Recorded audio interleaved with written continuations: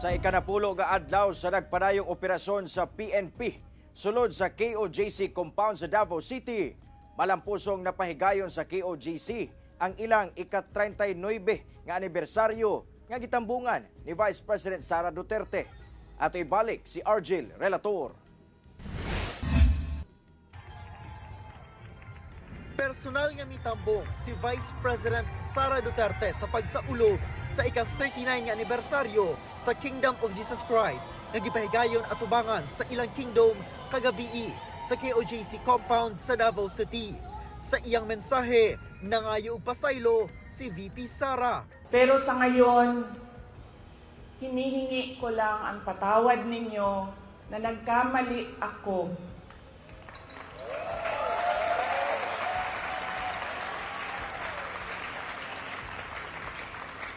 Nagkamali ako sa paghingi ng tulong at suporta nyo para kay Pangulong Bongbong Marcos.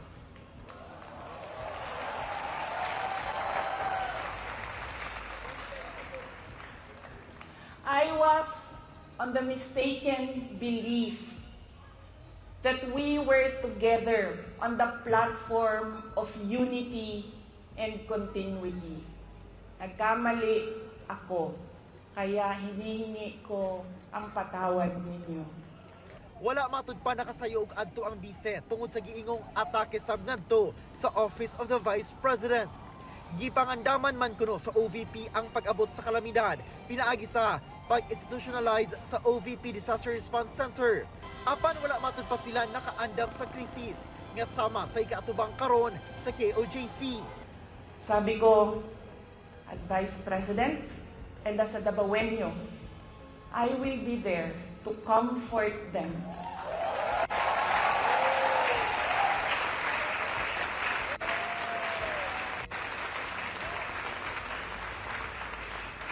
I have a moral obligation to assist them if they feel that they are persecuted, kahit kukunti lang sila. Trabaho ko yan bilang pangalawang Pangulo. Dili matud pa angay nga malisang ug mahadlok ang KOJC sa kadaghan sa mga pulis nga gipadala sa KOJC compound. If they bring you violence, give them peace. Show them peace.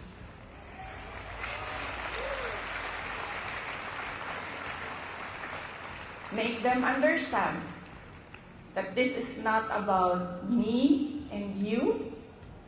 This is about the abuse of power and the assault on the freedom of religion. Sa karon, wala pa matud pa sa level si VP Sara nga iyang higugmaon ang iyang mga kalaban. But you know,